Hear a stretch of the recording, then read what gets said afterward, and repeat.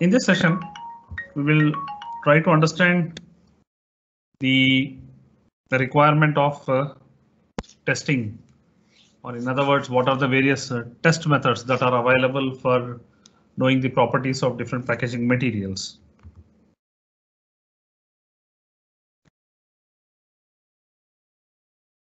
Yes, sir. Now, this is a list of different tests that we perform to understand the properties of different packaging materials.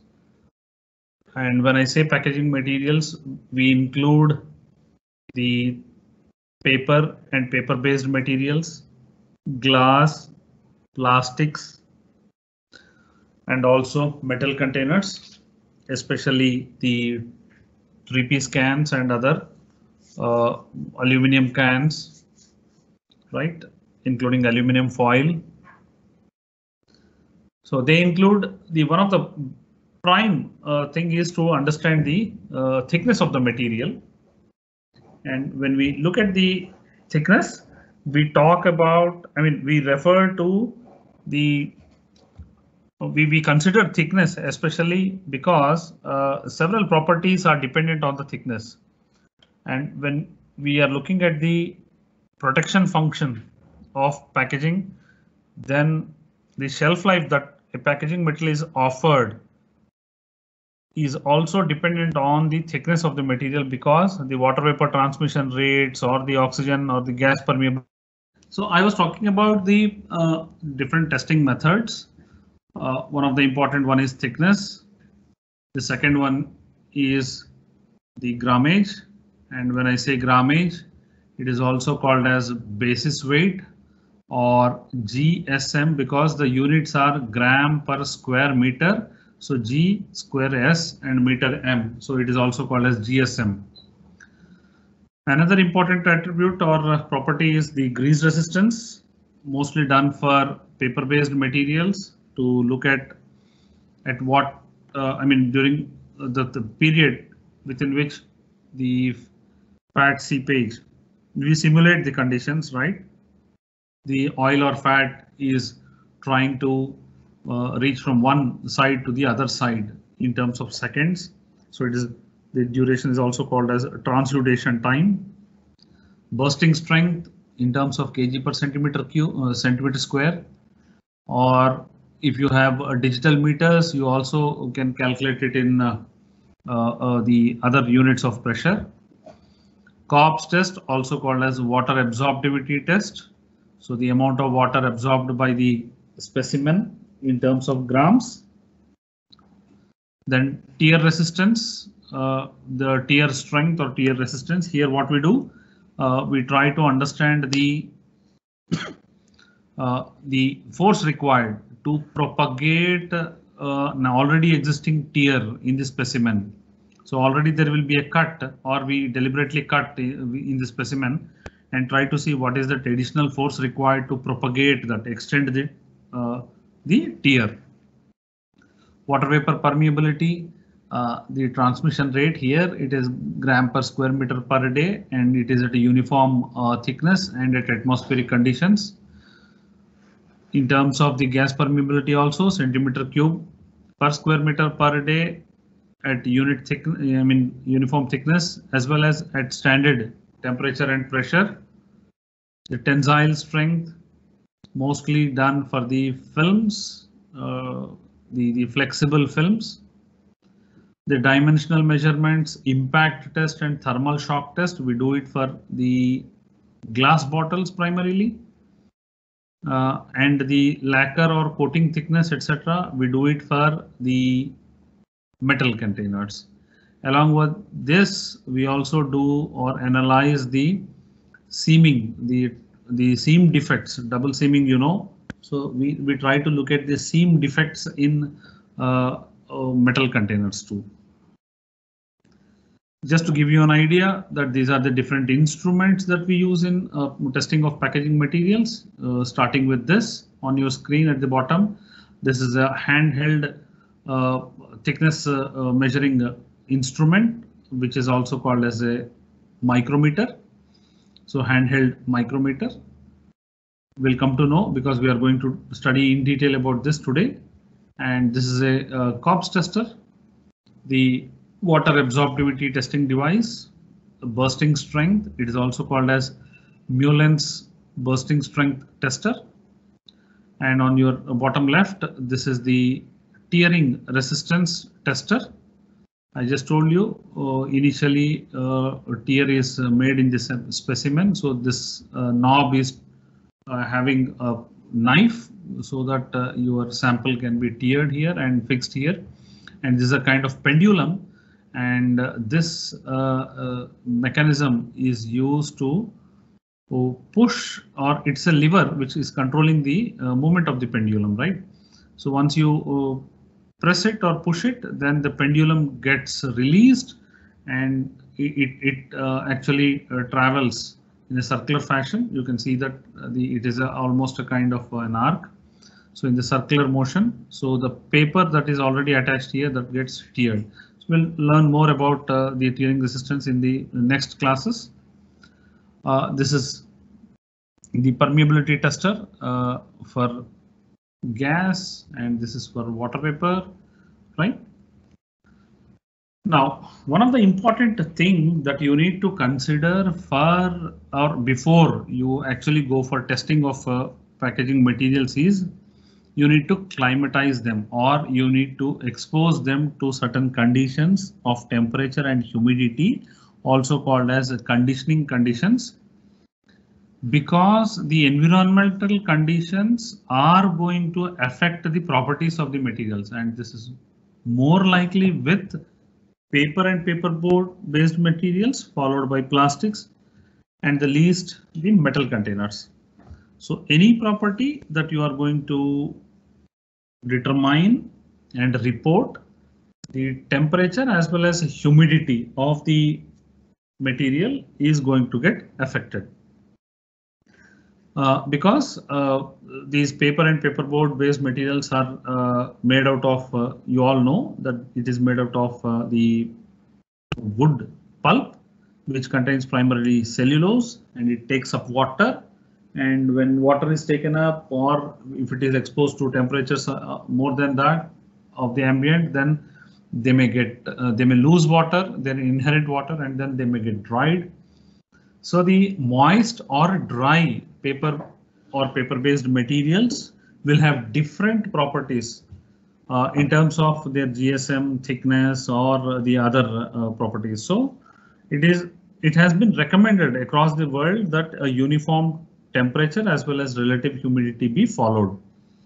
And in this case, according to the Bureau of Indian Standards, the conditioning conditions for most of the packaging materials, and this is applicable to both flexible materials like plastics and the paper-based materials.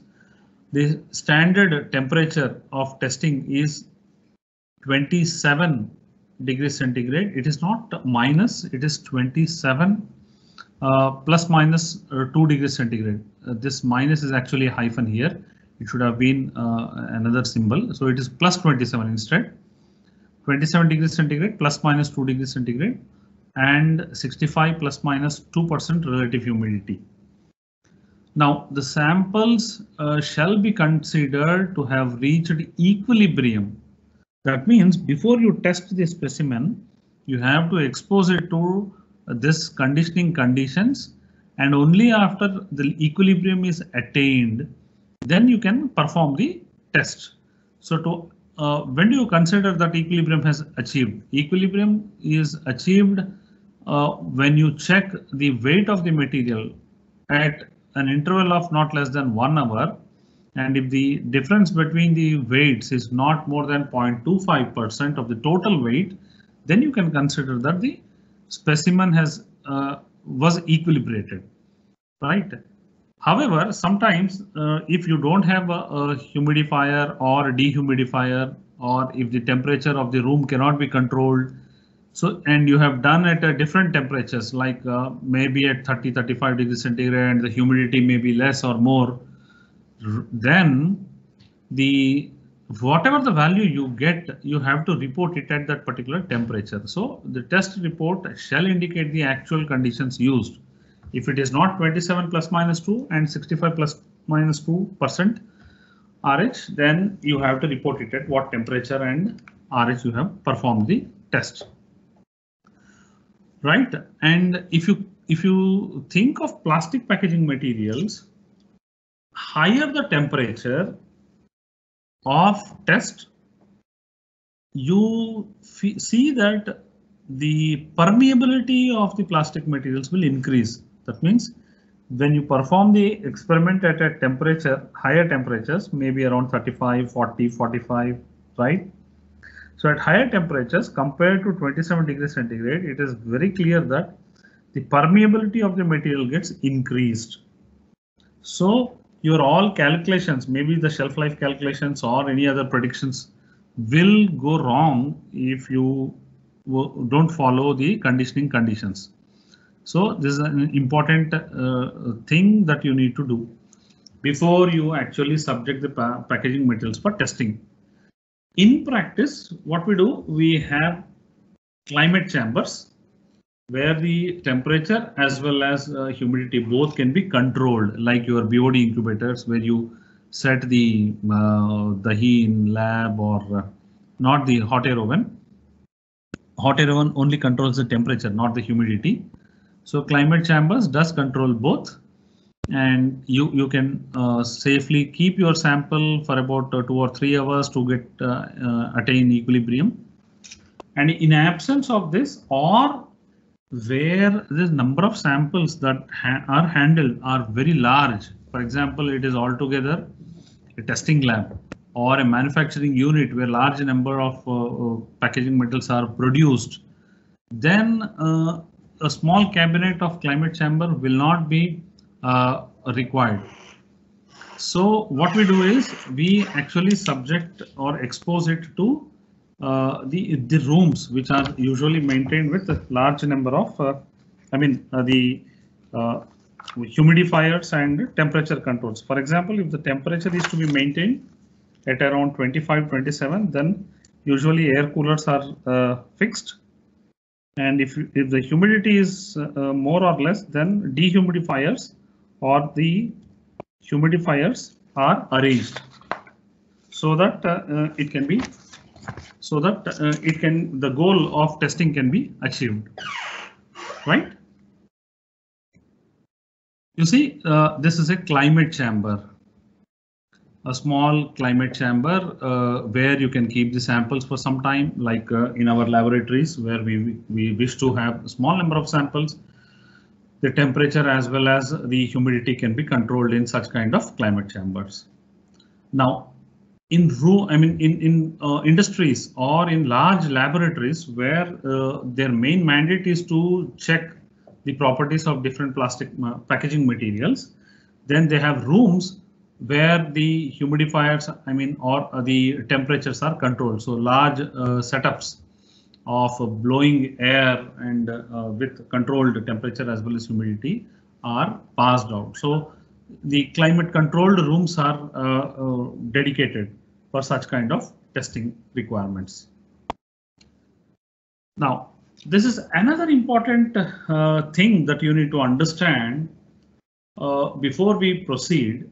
There are standard templates that we use in testing of packaging materials. For example,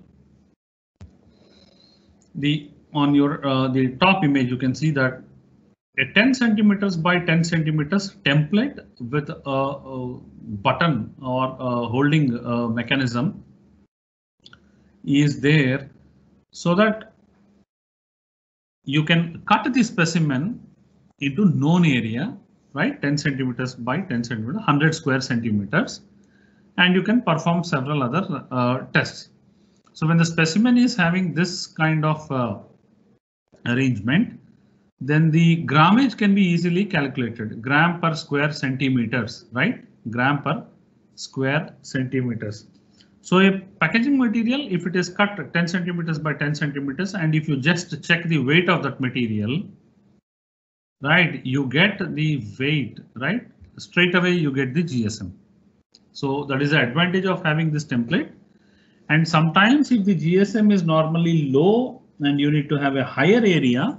For that, we go for a 10 centimeters by 20 centimeters standard template, and we subject that to testing, maybe for next other experiments, grease resistance or any other experiment. So these are some of the standard templates. Now, for water vapor transmission rate, for oxygen transmission rate, and others, the sophisticated instruments, they require a different template to cut the packaging material and fix it on the instruments. So you have another, other shaped standard templates too. So you can see on your screen, circular one or polygonal, right? A kind of templates which are available for different testing purposes. Now, the thickness of the material. As I said, the thickness can be measured using handheld devices like micrometer. On your screen, you can see that this is a handheld micrometer, but this is an analog one, right? There is nothing digital, but the same one, if you can look at on the top left, you can see that it's a tabletop kind of arrangement of the same micrometer. But here, instead of an analog kind of a display, here it's a digital display, right? Otherwise, the setup is very same. And here again, you can see that on your bottom right, you have a sophisticated micrometer, again tabletop one, where you can continuously read the thickness of the packaging materials for advanced applications, maybe for research applications or for calculating the permeability and other attributes where you require very specific information. So according to the test, the thickness of the specimen should be determined at about 20 different locations on the specimen. So manually, what we do, you can see here, this lever what you have is usually pressed, right? The lever is pressed, so you need to push this, and once you push this jaw, right? The jaw is opened and you can insert the film. You can see here the plastic film, how it is inserted. It's a biodegradable film that has been inserted, and on your screen, I don't know whether you are able to see it or not clearly. It is about 0.16, right? And the units, it will be displaying there. It is 0.16 inches or whatever it is. The units can be displayed on the on your screens. Now here, this is a analog one. Straight away you can measure the the thickness can be measured by counting at how many divisions or where exactly it falls.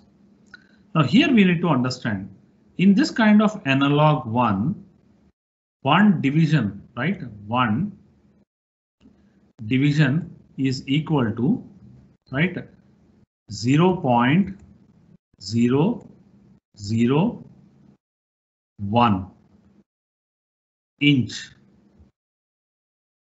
right? 0.001 inch.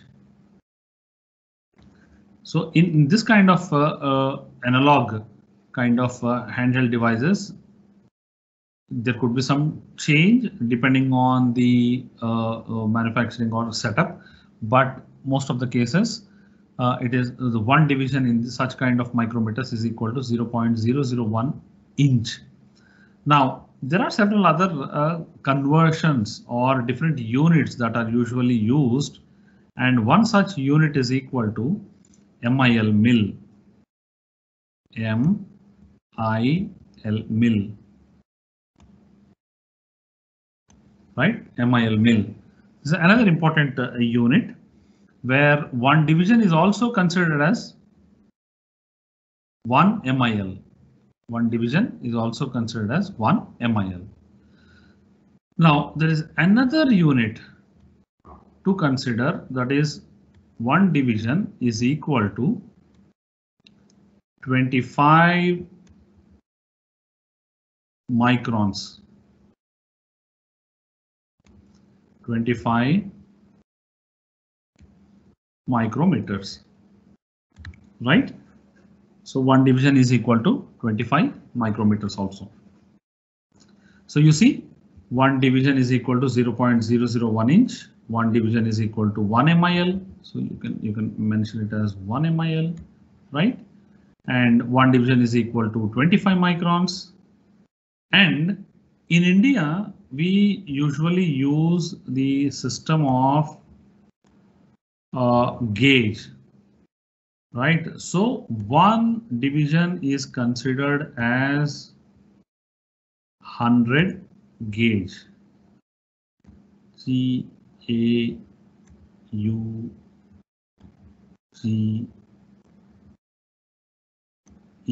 gauge, right? So what is that you are getting? 1 division has several units. That means all these 0.001 inch, 1 mil, 25 micron or 100 gauge, they can be interchangeably used. So 0.001 inch is equal to 1 mil, which is equal to 25 microns, which is equal to 100 gauge. Right. So depending on the textbooks, depending on the preferences of different writers or the country practices, you find the usage of different units for thickness. Gauge is the Indian unit. As I said, for most applications, you find that gauge is the common one, but SI unit is 25 microns. In the UK and the US, the MIL is used, and in FPS system, the inches are still used, right? So the units of thickness are very, very important, and the conversions are important. So if I ask a question, right, in terms of telling that there is a material with about 75 microns and about 150 gauge, and you may be asked to choose whichever is the thicker one or the thinner one, right? So that inter units conversion you need to remember to understand what is the which one is the thicker one or the thinner one, and based on these the other calculations will depend.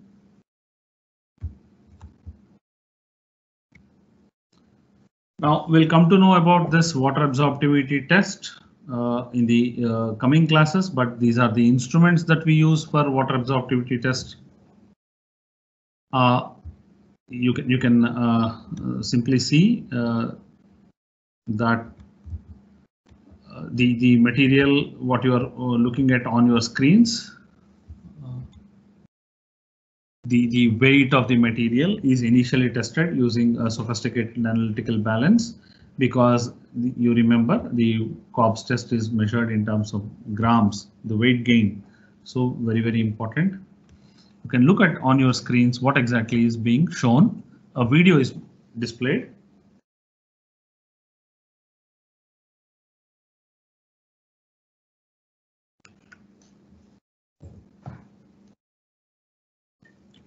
Initially the weight has been taken, right? You have seen that the corrugated fiber board weight has been determined. Now you look at how it is exactly done.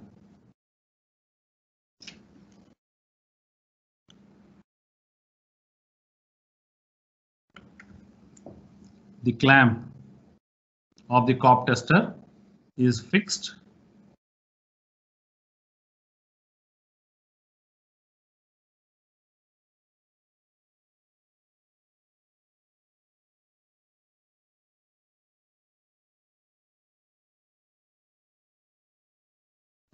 It's a spring loaded one.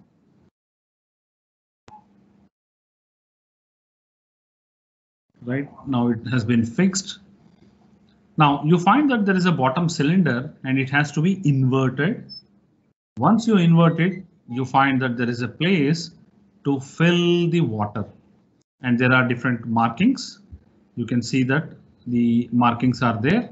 These markings indicate to what level the water has to be added, and usually we use 1 centimeter of water pressure head for determining the water absorptivity of this material. Now there is a standard procedure of about 1 minute that you need to expose for the paper and paper-based materials, and for corrugated fiber board materials it is nearly up to 30 minutes. So depending on the time, just this is a demo to show you how exactly the test is carried out. So after the scheduled time, the specimen is removed and excess water is removed using heavy duty rollers, right?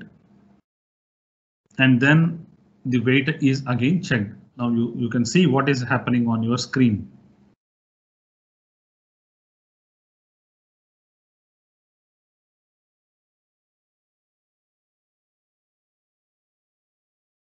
For corrugated fiber board materials, it should be 30 minutes, but for your understanding, we have just checked it for 1 minute. Right, at the end of 1 minute, you have to drain the water that is there on the. Now here you can see that there was some water that got leaked. So you should ensure that it is tightly fastened, because if you lose water, then the pressure head will change. So you may get a wrong result.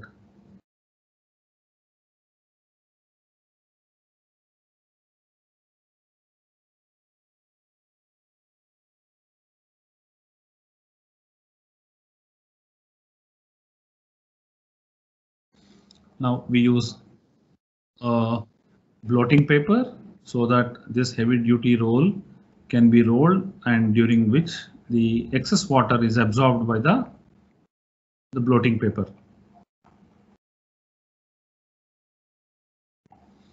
This roll is really heavy.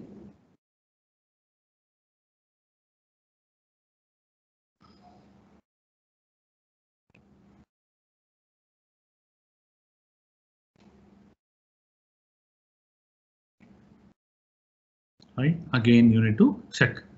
So the weight difference, whatever you get, and the area that has been exposed, you can see here what is the area exposed. You need to calculate the diameter of the water cabinet that was used. Then you can understand, and there is a calculation. We'll come to know about the calculation in the next class, right? Another important test is the bursting strength test. We primarily do it for the corrugated fiber board method, board packaging materials. And the principle and other things I'll explain you in the next class. But just to give you an idea, this is an important test for the secondary packaging materials. We also do the mechanical properties of the films. Although for your batch, we don't know if time permits, we'll do this, but I thought of showing you how the flexible materials tensile strength is determined. You can see here the material is cut into a width of about 1 inch and the length of about 10 inches.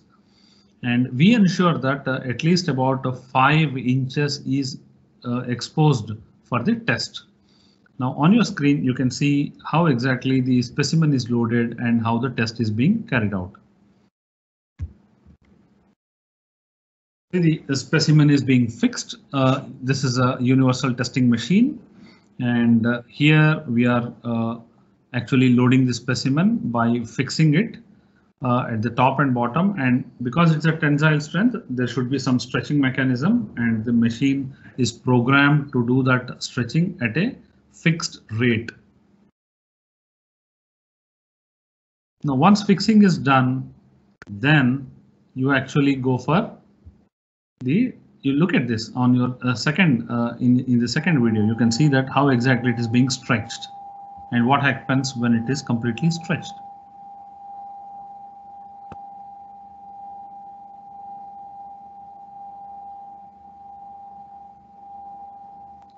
It is getting stretched from its initial position. Now you can see it got broken. So what we do, we try to check the distance that has been traveled by the film before it is getting broken. So the delta L, right, the change in length, that gives us the percent elongation before break, and the ultimate force that this material has taken before breaking, or at the break point, what is the force that can be measured using the graph that you obtain. And this is a what we call the graph that has been obtained for this particular test. You can see on your screen now how exactly it is. Once it is started, there will be a third image. You see the red color one. So it is the point where it attains the maximum, right? And immediately it got broken, right? So this break will tell us really what is the strength. You can calculate it on the computer, or manually also you can calculate. Now this is a water vapor permeability tester standard devices where you put the calcium carbonate or the water vapor, as the case may be, and then expose it to a time temperature as well as the relative humidity of about 38 degrees centigrade and 90% RH, so that this is an ASTM method, American Society for Testing of Materials standard, to determine it at 38 degrees centigrade and 90% RH. We'll come to know when we actually do the practical, but this is a setup.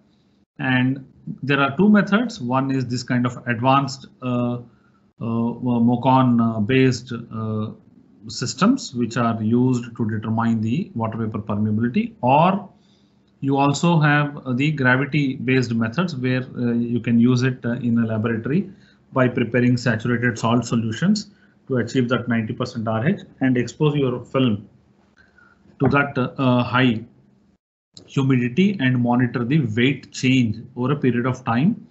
And the time will depend on the type of packaging material.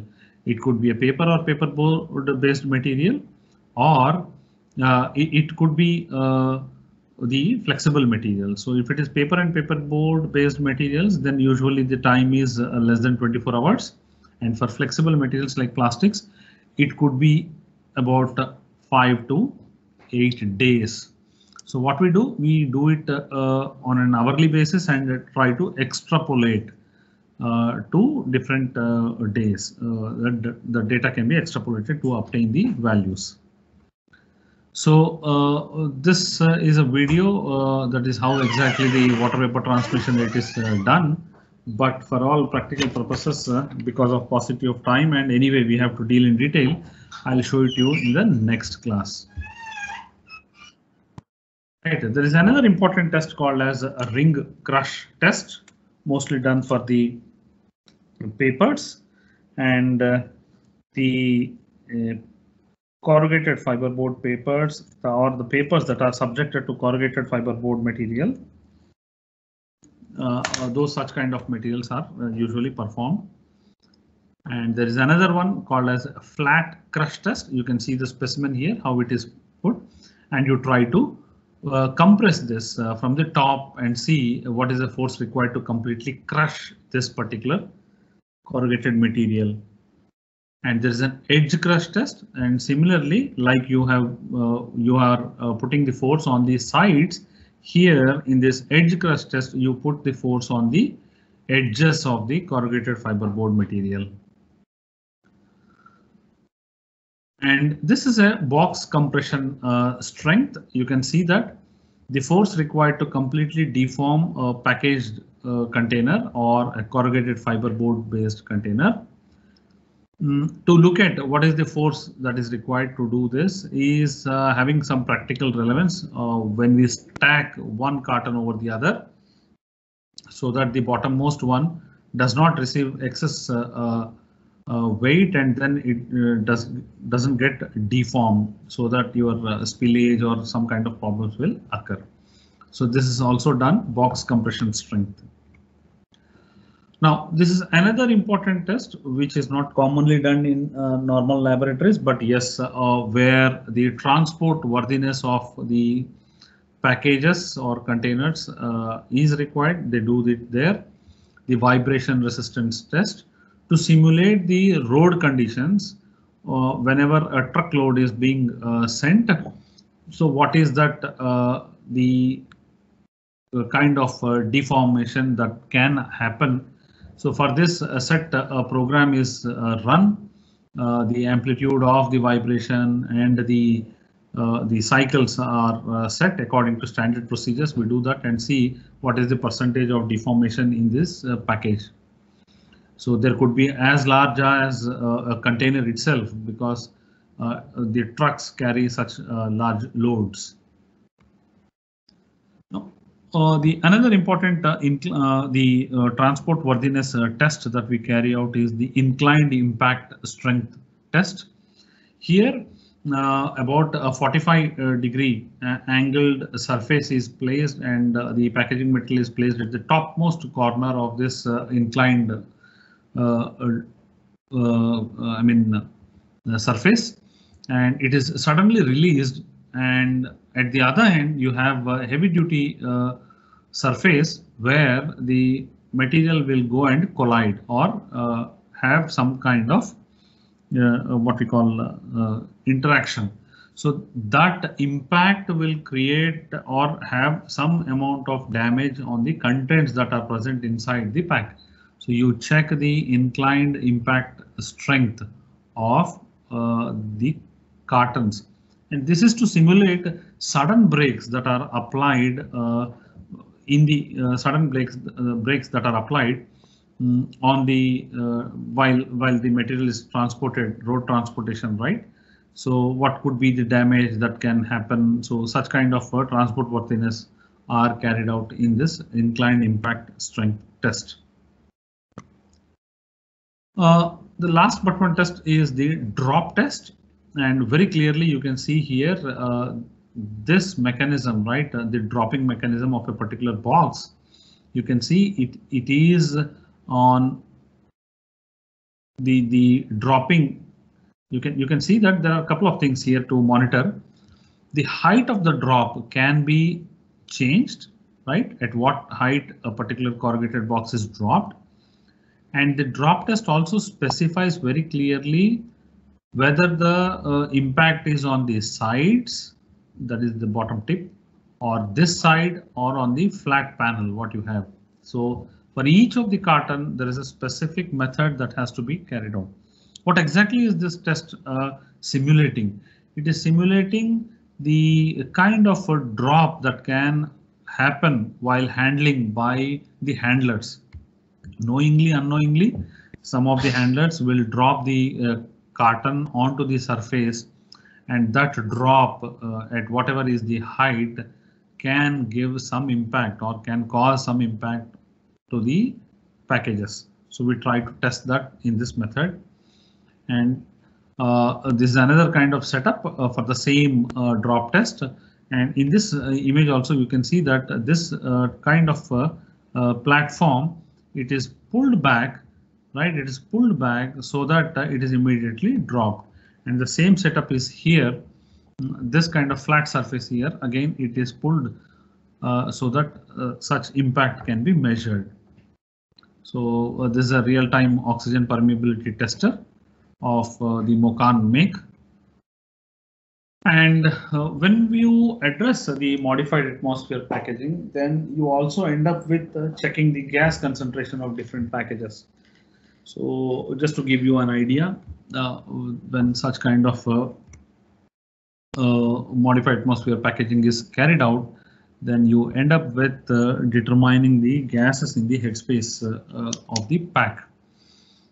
Usually, this kind of setup we employ it by using sophisticated tray sealing machines which contain or which are attached with different gas mixing devices. And here on your screens you can see that the operator is trying to fix the concentration of the gases and releasing the gas into the system. And it is a PLC based or automatic kind of setup that is I mean involved. So your time temperature combinations and the gas concentrations what you want can be fixed here.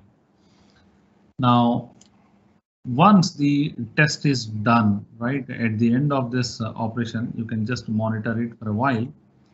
But the operator is trying to drag the film to put it on the trays of a couple of food products. They are the Burfi samples that have been kept, and this automatically will run, right. And when we actually subject this, at the end you have the sample ready, the modified atmosphere packaged one. You see here the headspace has the desired concentration of gases. Now the desired amount of gases that it actually contains is to be tested whether you get the same amount of gas or not. So you have a headspace gas analyzer, and this headspace gas analyzer actually tests the presence of the gas inside the pack. You can see whatever is the pack that you have, you can just check it. The headspace can be monitored. Headspace gas can be monitored. Here it gives the carbon dioxide and oxygen and difference in terms of nitrogen.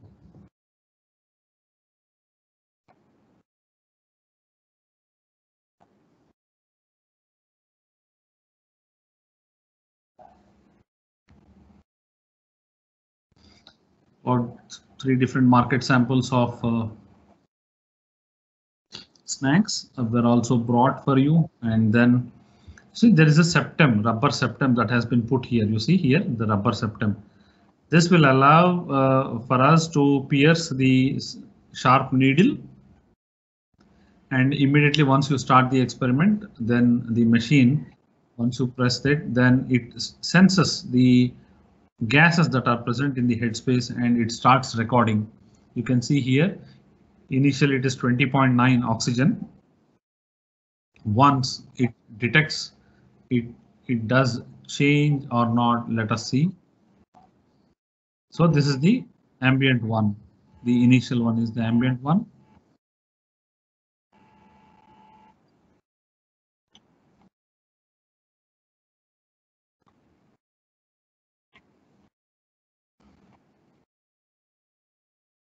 Your other sample.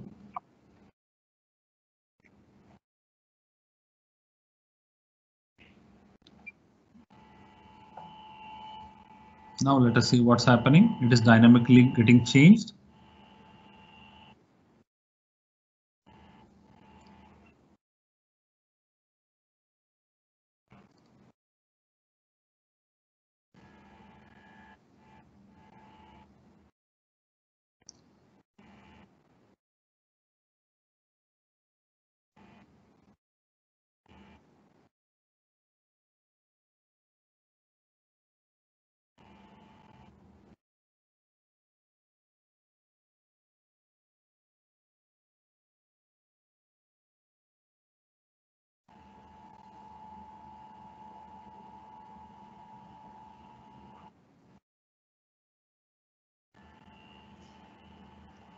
You see in this sample, oxygen is 0.97 and carbon dioxide more than 4%. The remaining nitrogen here in this specimen.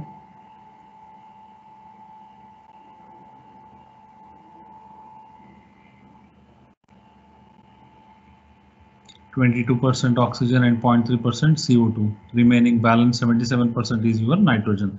So this is how you can check the headspace gas composition of the packages using a headspace gas analyzer.